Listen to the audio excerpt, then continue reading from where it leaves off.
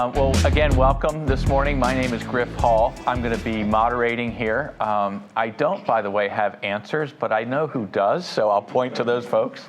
My role is really just to kind of keep the conversation going and certainly involve you all, your questions, comments, and so forth. I have my own company, which is GSL. I do a lot of consulting around leadership and strategy. And to keep me off the streets at night, I teach at Johns Hopkins in the Carey School of Business in those two subjects. And that keeps my daughters honest as they go through their college career and they know what to expect on the other side of the table. So we are going to go down the line here. We're going to do some self-introductions and then we're just going to get started here. So Kristina. I'm Kristina Humm. I work with at TEI Electrical Solutions. I'm a third-year apprentice. I used to be a middle school science teacher. I taught 7th grade. I went to Towson University for my biology degree. And I am now in the trades mostly because teaching didn't really work out the way I thought it would. And I needed a career path that allowed for a lot of growth. Awesome. Hi, everyone. I'm Mac Hobbs. I'm a consultant with a company called BHS, and we are a workplace mental health partner.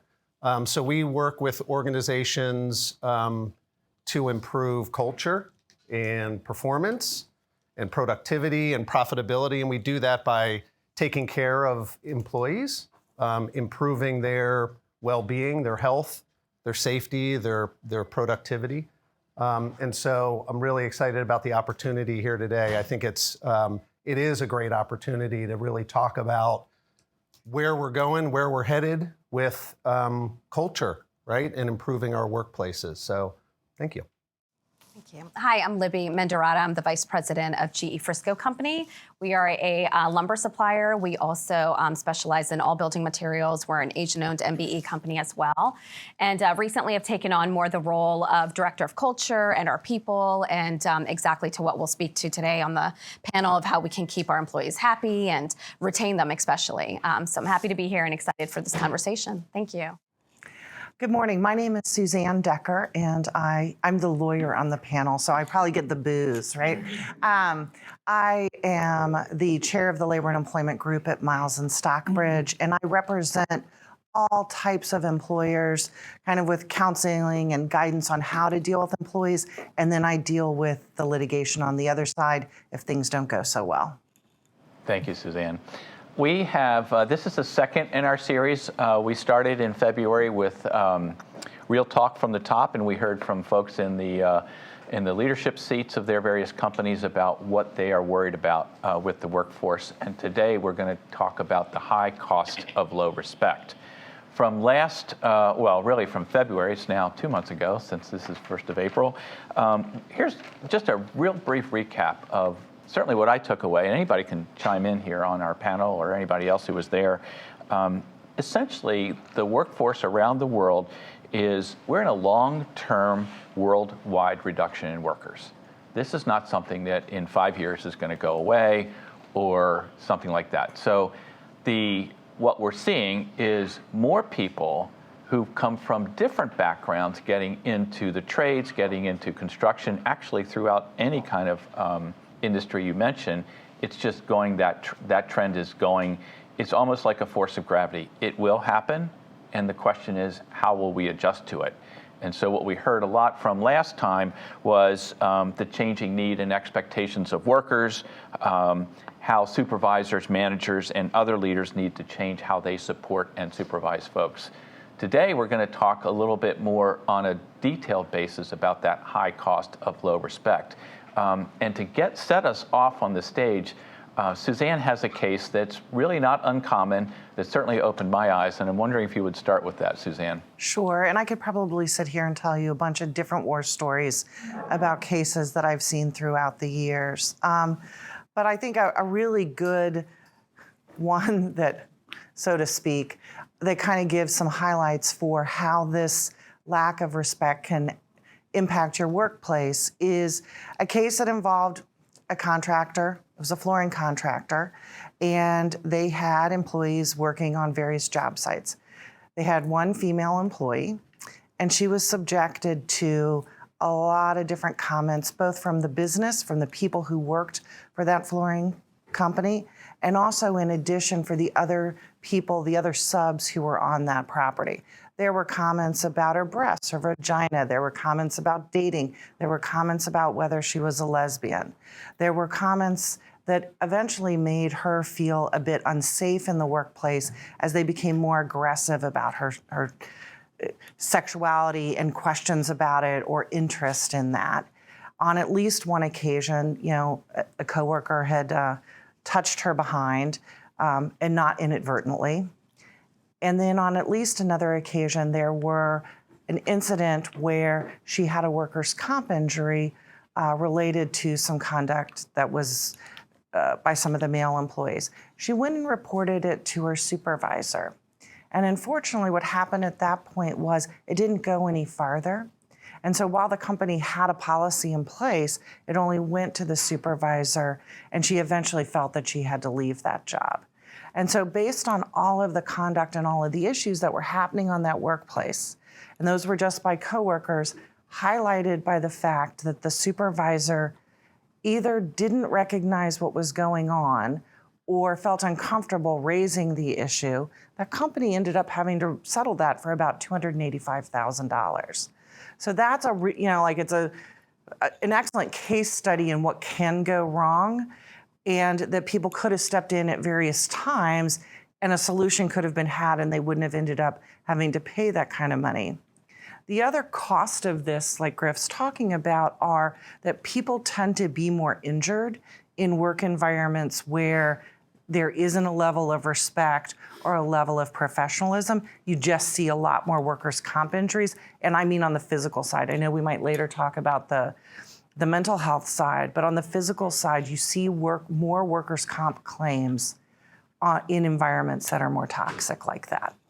So Suzzanne, just to clarify that, that's something that is, I won't say easily, but eminently preventable with the right behaviors and the right understanding relative to respect. Absolutely. From the legal perspective, there were lots of off-ramps to take care of this issue before it resulted in needing to, with that woman feeling that she couldn't work in that environment and the company knowing that they had to pay that kind of money. And those things can be, it's not just one fix, which I think we'll talk about here today. From the legal side, it's a lot about policies and practices in place and actually being adhered to. So when the supervisor heard the complaint, what did he do with it? Did he stand up and go and talk to some of the people who tended to be harassing this young woman? She was a single mom. And so did somebody do that? Did they step in? Often these things happen where it's one of your best workers or where you think it's your best worker. And in this case, I think that's sort of what was happening. They were really unwilling to step in because they really liked the guy who she was primarily complaining about. And so it's really kind of from the top down, having that willingness to adhere to policies, even when it doesn't seem to, at that moment, support the agenda of the company. And we'll talk today about some of those tools that you can do for that and to help prevent that rather than see you after the fact, which is a lot more expensive if we do that, right? Yes. But I want to turn to Kristina because, as you heard, Kristina she's an electrician, and she came into that from being a middle school science teacher. So there's, in the middle school science world, probably predominantly women. Is that right? Yeah. So what is one thing you wish would happen on the construction site that you had in education from a respect standpoint? One thing would be when there's conversations about what is getting done at work, to remember to include myself and other women.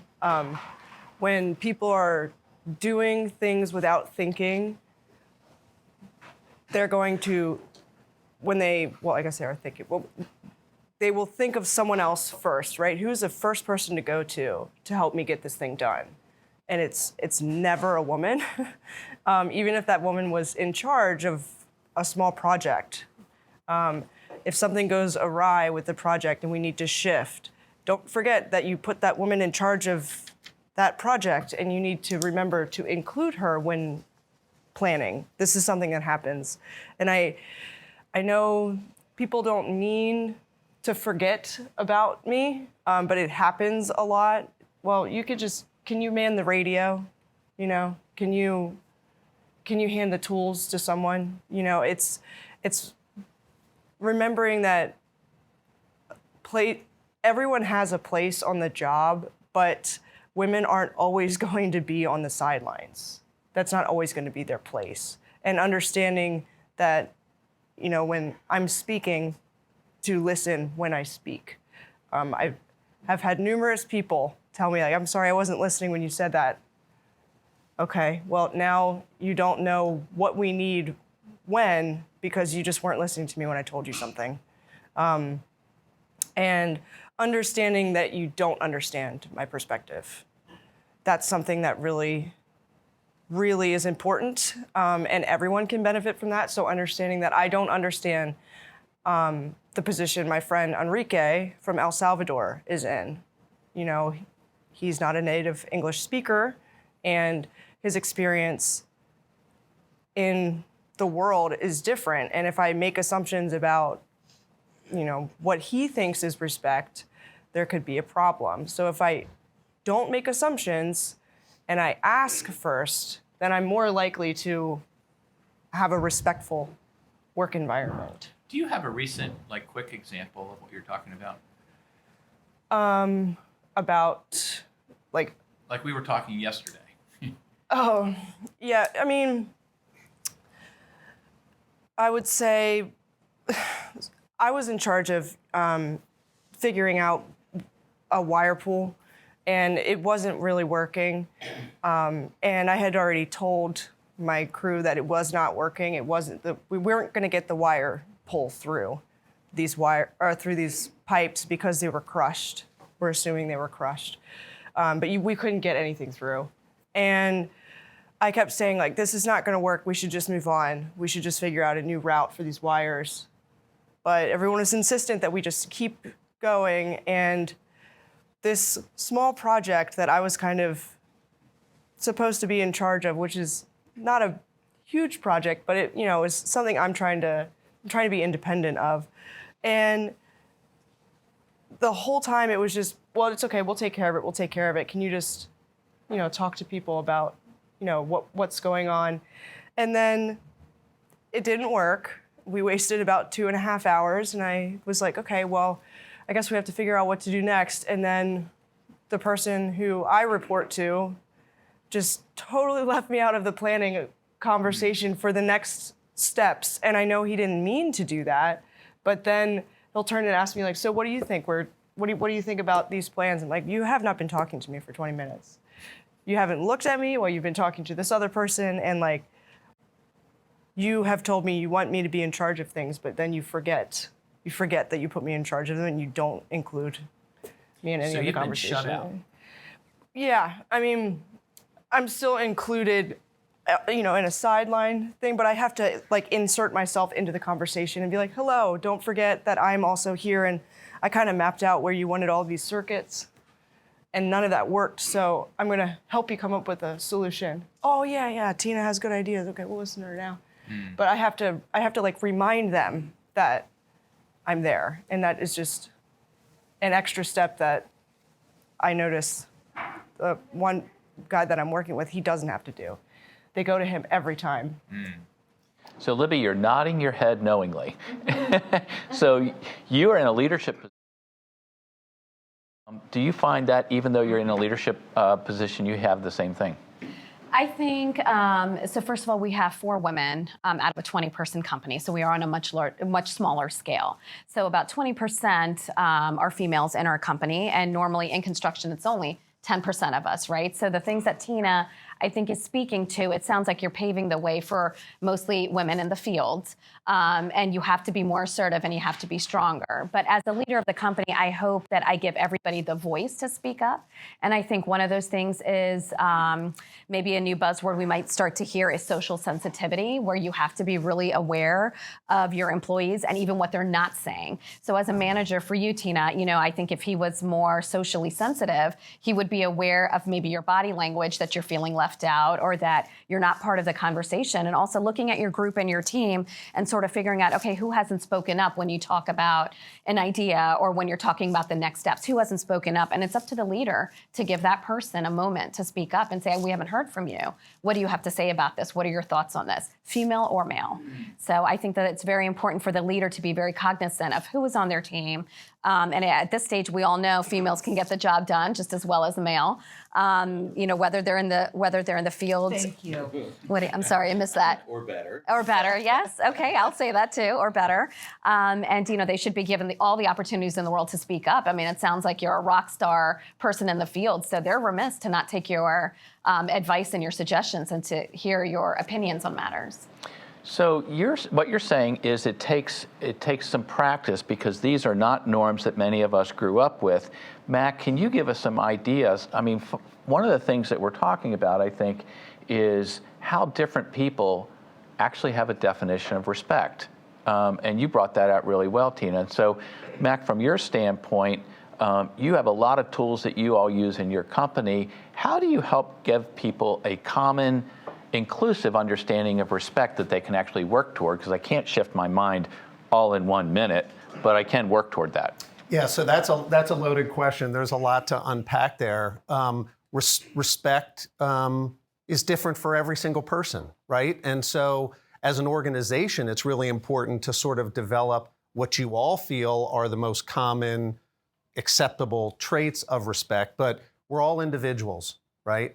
Kristina is speaking out, right, and needing to push her agenda in some ways to earn that respect. And respect does have to be earned. However, in order to earn respect, you have to have respect, right? And so going back to what Libby just said, everyone that we work with is an individual, right? Some are extroverts, some are introverts. Unless everyone has the ability to be heard and to listen, then we're not going to have that collaborative side. And in order to get to that collaboration and moving the needle in a very positive way for all of our organizations, we need to have that ability, that respect for everyone, regardless of who they are, what their cultural backgrounds are, what their diversity may be. And I know that we hear a lot about diversity. I'm not talking necessarily about cultural or race. I'm talking about we're all at different levels of everywhere that we are, right? And we all can bring different things to the table. You've heard a lot about people that are, neurologically challenged, right? How people on the autism spectrum have been able to do remarkable things with regards to technology. My brother-in-law has dyslexia. He was never an academic, right? But he owns his own company. He's brilliant. He's one of the smartest people I've ever met. But we judge people and things on different cultural aspects, whereas what I think we really need to do in developing culture of respect is giving everyone the voice, right? And we'll get into psychologically safe workplaces. There's a little bit more to that than just this, but giving people the ability to share their ideas, right? And to have people that are going to listen as well. We've seen the best practice with regards to construction, because safety is such a big deal. You get more people involved in safety meetings and toolbox talks than any other way, right? And so when you have that community of people, I think it's really, really imperative to, again, develop certain mission and value within your department and within your company to emphasize every single time you get together in a meeting, right? It's got to be collaborative. You got to open up the floor to accepting everyone's ideas, in which case then, Kristina, you don't have to feel the need to jump in all the time, right? You have your forum to express whatever ideas or concerns that you have about respect in the workplace. So Suzzanne, let's go to that cost of a toxic person or somebody who's not quite on board but could easily send things in your direction as a lawyer. Sure. So there are a couple different ways to diffuse. At the end of the day, you have to be willing to let that person go if they can't come along. And usually, like Griff said, they're highly skilled. They've been with the company a long time. Everybody likes them. Maybe they're related already to a couple of other people in the company. And so that person feels protected in that their environment's never going to have to change. And so sometimes it's the training, right? That, everybody talks about what's going to be allowed or not allowed in our workplace, and you kind of start there. And then we've gotten in the habit now of offering sort of like the one-on-one hardcore conversation with that individual, with managers in the room, talking about why Can it's I important. pause you for a second, Yeah. Suzzanne? What does that look like? What's that hard conversation? Walk us through that. The hard conversation is there's zero tolerance for that type of behavior, and being very clear that you're going to live up to that zero tolerance. And it's with people in the organization that individual respects, and sometimes maybe a little bit afraid of too, right? But it has to come from the level of people who could take the action if they're not going to turn it around.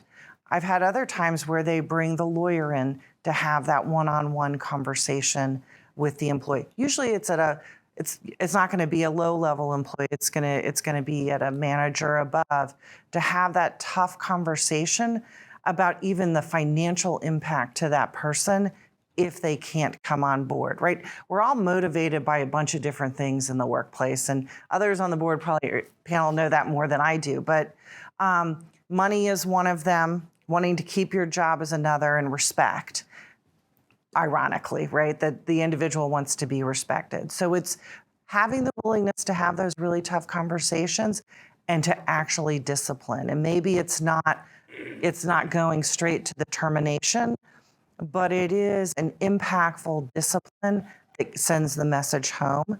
And that discipline can even include removing a bonus because you're not living up to our expectations. But ultimately, you've got to go into it already having the guts to make that termination, because that will ripple throughout the organization, just that one action.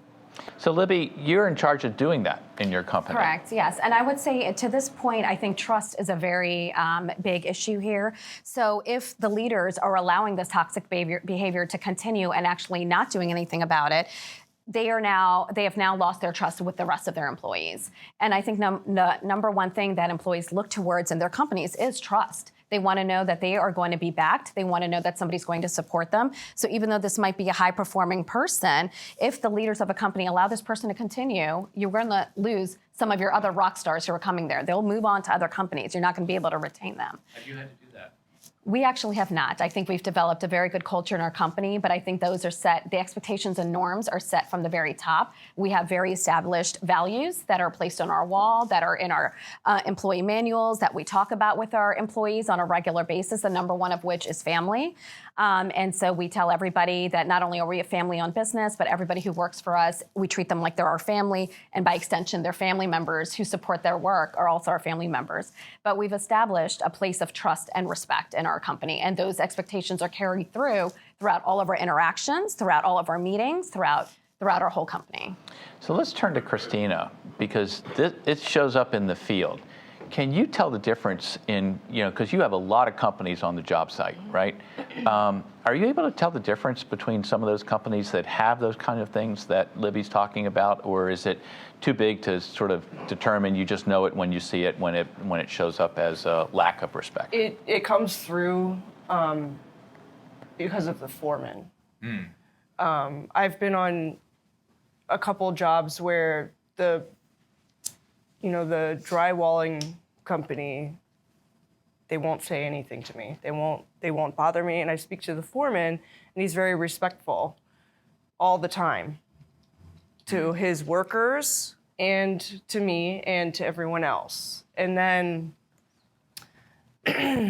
if the foreman is one that people don't really respect, there's more. I have more problems with that crew. It's however the foreman runs their crew, I will have, whether or not I will have problems. And it doesn't matter what the trade is. Okay. It's exclusively has to do with how the foreman treats their people and tells them they need to treat other people. I actually had a foreman, I can't remember the name of the company, but he was great. And it was a drywall company, and everyone on his crew was so respectful all the time. And then I've been on other jobs where the drywall company, I mean, they're, bothering me, asking me for my phone number and just like staring and like just being inappropriate. We talked a little bit about psychological safety. Mac, you brought it up. Tell us what that is and why it matters. So what we want most out of our employees, right, is to show up every day and reach their fullest potential, right? Anything that prevents them from doing that is going to be a hindrance to their productivity, right, and their performance in the bottom line. And so, we all have stuff outside of work that can impact that, right? We've seen that quite a bit in the construction industry, right? Issues outside, we can't control that. We can provide resources for people, to try to help with that. But when the issues are in the workplace and a person has to show up every day and deal with those issues on a daily basis, disrespect, harassment, all of the things that we're talking about today that are, put someone in a position where they feel threatened. And we talked about this before, like some managers look at threatened like, oh gosh, when you come to work, no one's gonna hurt you, physically hurt you, but they may say things to you, right? And those things can wear on you. And at least for me, I was brought up with, sticks and stones may break your bones, but words will never hurt you. That's not where we are these days, right?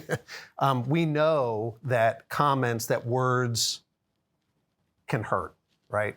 And so if someone is showing up to work and they can't be their whole self, their authentic self, then there's an issue with the workplace, right? And what that leads to, just from a very high level, respect in the workplace is a risk mitigation tool that we all should be considering very, very seriously as a process. And, it impacts our culture. But where we get to the point where someone cannot show up to the workplace and be their best self and reach their fullest potential, we're dealing with the risk, the cost risk, both from a litigation standpoint, but then also from a performance standpoint, and then from a safety standpoint. And I know it's hard to maybe link the fact that emotional well-being impacts our physical safety, but it does all the time, right? We see it in our industry a lot, right? People are distracted in the workplace because of other things.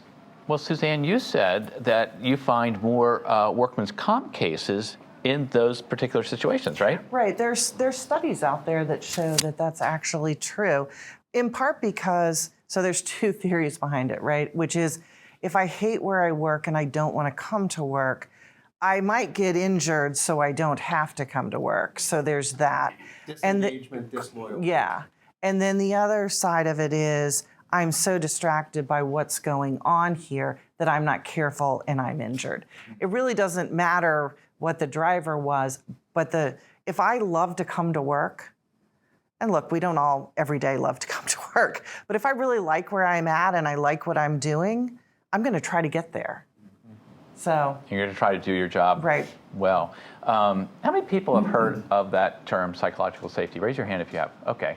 About, I would say, not quite, maybe a third, almost half. For those of you who don't know, and maybe even those that don't, to me this is an interesting thing. It became popularized about 10 years ago.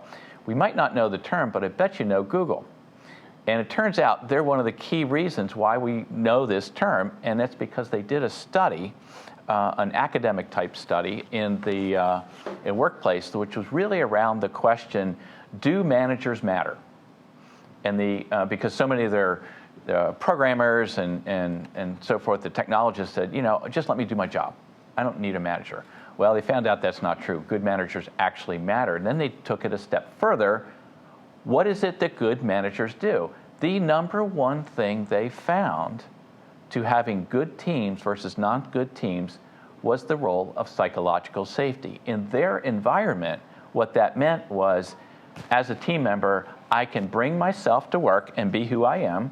So if I'm a member of the LGBTQ community, I'm okay, that's just who I am, and it's okay. It's not easy for everybody to accept all at once, but I can be myself, and number two, I can say what I need to say.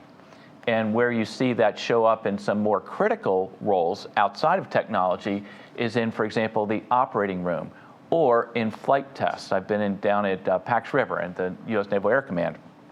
They have psychological safety defined on their flight test crew is anybody can stop a flight test for any reason, and they won't get penalized if it turns out not to be a valid reason. And that's because it's a safety thing.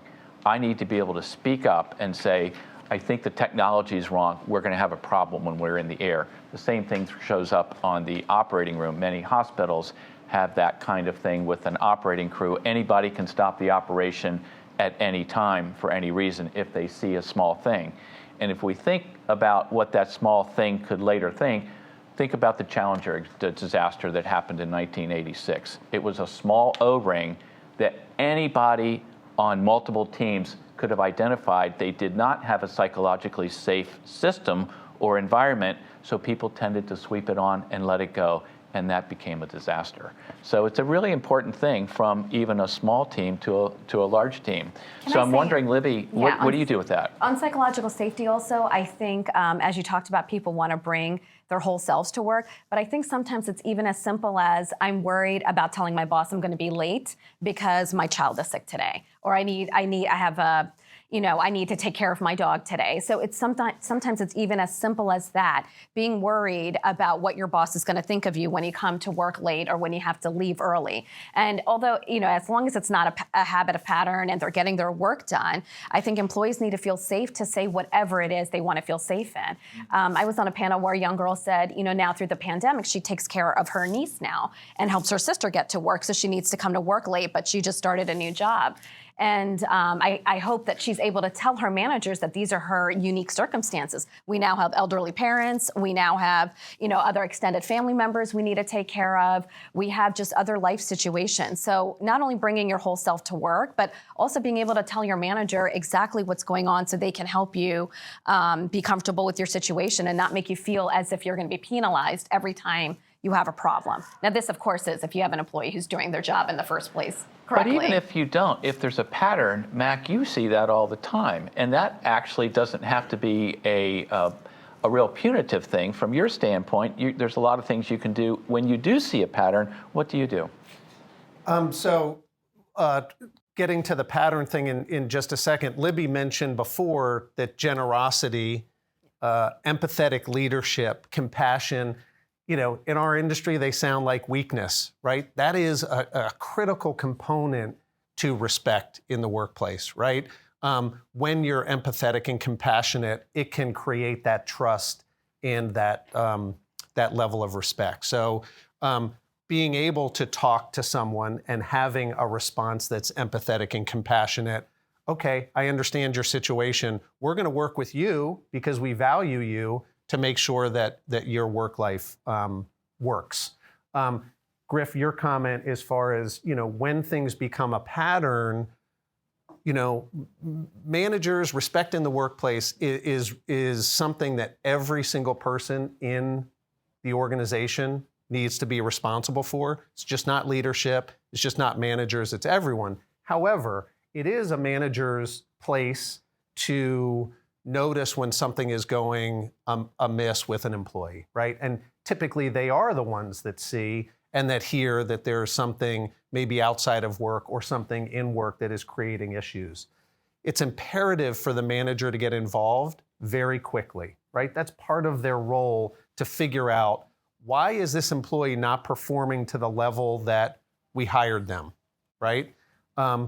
there are resources out there for a lot of people. You know, we talked about that, bringing in a third party, you know, whether it's a lawyer or whether it's, you know, someone from the outside to do consulting around that individual when it does become a pattern. Because as we know,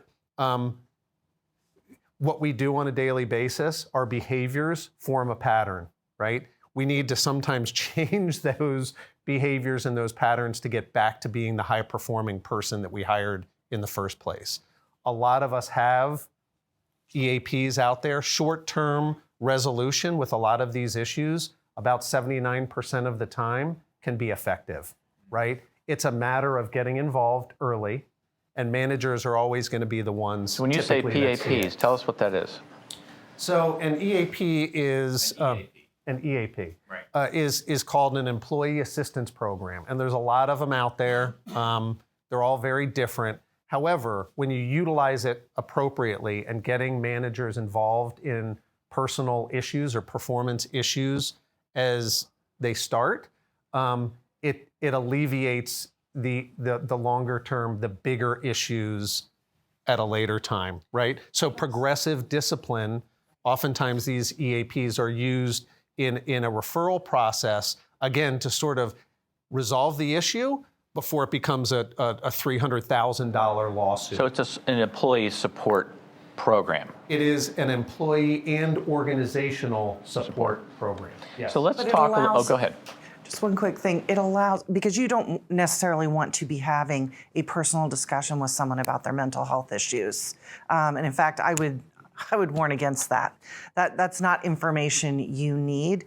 What you need to be doing is providing the support mechanism. So if it gets highlighted that this might be a problem as part of those performance coaching or whatever, and you know that they may have that concern, that's where pushing it to EAP is really helpful, because they can have a protected conversation where not everything is coming back to the employer about confidential issues related to psychological mental health issues. And that's different than psychological safety, Yes. right? We're just talking about being emotionally safe when we talk Correct. about psychological safety. What you're talking about really has to do with behavioral health, mental health, different Where you element. cross that line, and that's where EAP can be very helpful. I would say the focus on psychological safety would definitely be a generational thing. People who are older, a lot of the older men, one of the things that people say is there's no feelings in construction, which, I mean, I can understand wanting to not be bogged down with people getting too worked up, but it's also, we also don't want to just be offending each other constantly. We need to find a balance. And so a lot of the older guys are just kind of I don't want to deal with this really fluffy person who doesn't want to. And just because you want to be psychologically safe doesn't mean you have, a lot of things that need to change, right? It could be small tweaks that can make it better, but it's definitely, I see, generationally different. Yeah.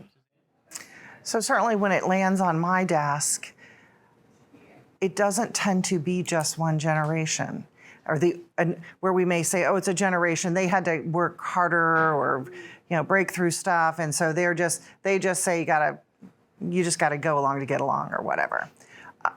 But it sets the tone for the younger workers. So they may have began thinking that they wanted this psychologically safe environment, but their workaround in that is to act at the level of the other people on the job site. And so you don't always, it kind of changes when they come on board to where it ends up. Now, it doesn't always happen.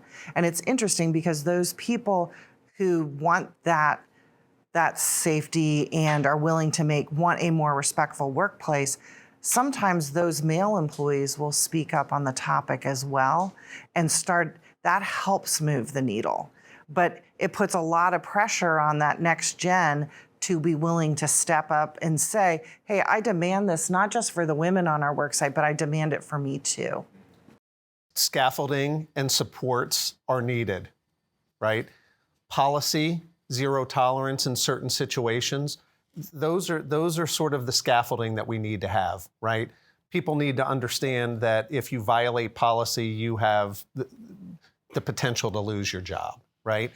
As I mentioned before, respect is really it's a way to mitigate risk to some degree, right? So it is a continual process. There's no magic wand. There's no one-day training. There's no weekly training. It's a continual process of building a culture around that. But there have to be guardrails in sight so that people understand what the boundaries are, right? Progressive discipline, I think, is the best way that you're going to be able to do that in building that respect in the workplace. And enforcing it to a certain level. In the same regard, I said empathy and generosity and grace needs to be part of that, because as a leader, if you show grace to someone and generosity and work with them in resolving their issue, that can be a great story, right? So it is a balance. It is communication. I think what's imperative and where it needs to start is leadership, and Libby and I have talked about this before. Leadership needs to sort of set the tone. Is it their responsibility all the time? No, but they need to explain to their entire employee population, we're working on this because data, right? Generationally, the younger generation needs to know why. Why are you doing this? Why are we doing respect training? Why are we doing? Okay, well, these are the reasons, right? We want to avoid lawsuits. We want to avoid turnover. We want to have a very respectful workplace where everyone can show up and be themselves, right? That is the now generation, right? We talked about evolving because eventually we're going to run out of employees, right? So we need to attract from areas where we didn't typically do that before. And I wonder if the heart of your question is really respect is given, trust is earned. Trust has many levels. You and I can trust each other as good moral people, but a level of trust on the job is, can I do the job? And can I do it well? Do you trust? That's, I think, a level of, Kristina, I think you were talking about relative to the foreman. They command a level of trust, but, like you're saying, Mac, we want to give everybody respect in the elements we're talking about. But trust is a little different. Trust is related to respect, but it's not the same as. And I wonder if that's at the heart of your question. Okay, sure. Any other questions? These are good. Let's go to building that respectful, that inclusive environment. And Libby, I'd like to ask you, because you mentioned that's been a real focus of yours as a leader of your company. What are some of the first steps you took to do that?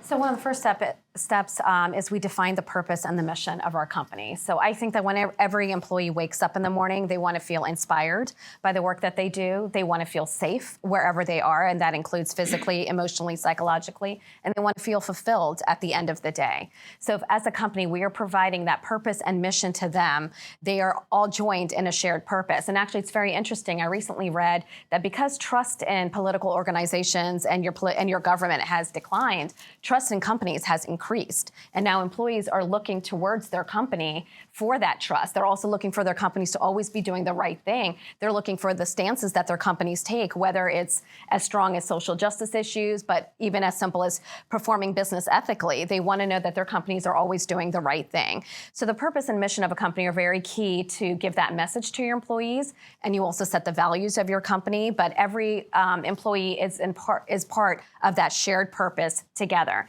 And it's actually one of the best places that people of all different viewpoints, all different political viewpoints or backgrounds or ethnicity, they're all coming together for the shared purpose. So I think if they wake up in the morning and they are part of something, they feel part of something and they're inspired by it, that automatically builds the respect in the organization and the inspiration in the organization. If you provide a psychologically safe environment for them, as well as physically and emotionally, they like coming to work and they feel they perform better. And at the end of the day, they are they are fulfilled because their work has given them meaning individually to them. So those 3 steps we really try to make sure that each employee has. We do that by doing one-on-ones with them, by doing performance reviews. We also are really big on vision boarding in our company. What is vision boarding for those of us who don't know? Okay. Vision boarding is typically done at the beginning of the year. We set our goals for the year. We have a company-wide vision board. And actually, some of our people who are here today, they're very instrumental in creating this one-pager of what we hope to accomplish as a company, from our sales to our margins to our growth and development, what we hope to expand upon. So every person in the employee was actually given this one-pager of our company vision board, basically. But individually, everybody put on a board that's hung up outside of our kitchen of their personal goals, and that includes their family, financial, spiritual, physical health. It has all of the elements that they want to accomplish in this year, and it's there front and center for everybody to view, and we all talk about it, and we help them achieve it, and they become friends with each other in the process, and they get to know each other a little bit better. So there's a little time for them to be able to do that. Exactly. That costs the company money, but you seem to have a benefit that you think is worthwhile. Absolutely. I think people are your investment, not your cost. Okay. Suzzanne, let me ask you. So Libby's talked about some of the voluntary things that has helped her company. What is one thing you wish, like 2 things that you wish every company did that it could actually go a long way toward helping them not have to see you at the end of the line Right. when No one things ever go wants wrong? to see the employment lawyer. The first one is training. I mean, training is key. You said it best, which is employees don't always, not 100% of them set out to make discriminatory statements or sexist statements or not look at it the right way. Sometimes they see their behavior as benign or helpful. The female employee that they step in every time to do any of the heavy lifting because she looks just like their daughter and they want to help her out, right? So it may come from a benign place, but it's doing that training that doesn't make them tune out, right? Because everybody's seen a million different videos and it's very boring. And it's sort of, are there ways to impart and to give real life examples that makes people think about it? So I think that's a key one. And the other one is what we call sort of the bystander who's willing to step up. And that sometimes can be done through training as well, but it's the employee that's willing to interrupt what's happening. So in a situation like Kristina's talking about, where it's kind of a negative discussion or comments are being made, is there someone in that environment who's willing to interrupt that and say, whoa? And they may be, lots of people learn to do it in a kind, generous, joking way that doesn't necessarily call the person out the first time, but diffuses it and makes them think about their behavior and recognize that, hey, somebody who looks just like me was willing to stand up for her. Okay, maybe I'm going to think about my behavior. So I learned something really recently that's related to your profession and respect. No, I'm afraid. No. So the Virginia Law Review did a study, and the study was how often are Supreme Court justices interrupt by the lawyers before them. And probably no surprise to anybody on this panel, maybe not to you either, the women on the Supreme Court were interrupted at a rate that far, far exceeded the male justices. So when you think about the Supreme Court of the United States, and let's say I'm an attorney arguing before the court, and I'm willing to interrupt one of the women justices, that to me is pretty bold, and I was very surprised. So really the lesson for me was, it really doesn't matter the position. The tendency exists in many ways, and it's insidious. So what I've learned that many people do in the government when they're trying to get a point, many women do, is they band together. This is a tactic that probably is not a surprise to women, but it was a surprise to me. Before they go into a meeting, they're like, okay, I want to say this comment. They're going to dismiss me right away. But before they do that, can you just say, hey, Kristina, that's a great comment. Tell us more. So they actually, that's called amplification. And so what they do is they plant that so that it's less possible or less comfortable for the males in the room to dismiss that and move on to whatever they think they want to move on to. I wonder if some of the women up here have seen anything like that. Yes. Sure. Yes, absolutely. Have you? Yeah, absolutely. And I think the answer to that, which it will slowly change, especially in the construction industry, is to elevate more women, put them in positions where they can help the other women on their teams. Yeah, and Libby and I were talking about this earlier.